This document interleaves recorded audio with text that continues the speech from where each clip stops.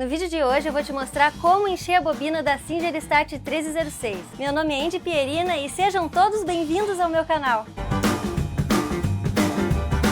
Vale lembrar que esse tutorial também serve para M1605 e para M1505 da Singer também. Para encher a bobina, passe a linha pelo guia de bobina e depois encaminhe o fio e a bobina para o enchedor de bobina. Com esse tanto de linha que sobrou, dê algumas voltas na bobina, passe a ponta do fio pelo furinho de dentro para fora, encaixe a bobina no enchedor de bobina de forma que este vinco encaixe nesse metalzinho.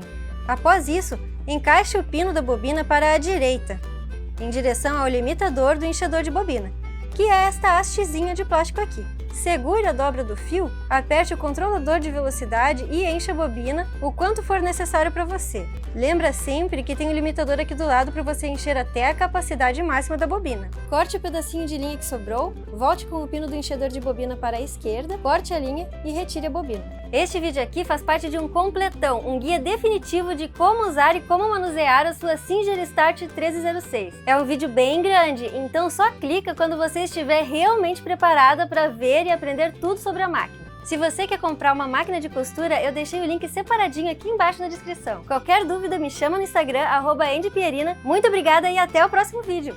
Ah, eu criei um canal no Telegram e lá eu vou colocar tudo que eu descobrir no mundo da costura. Vocês estão convidadas!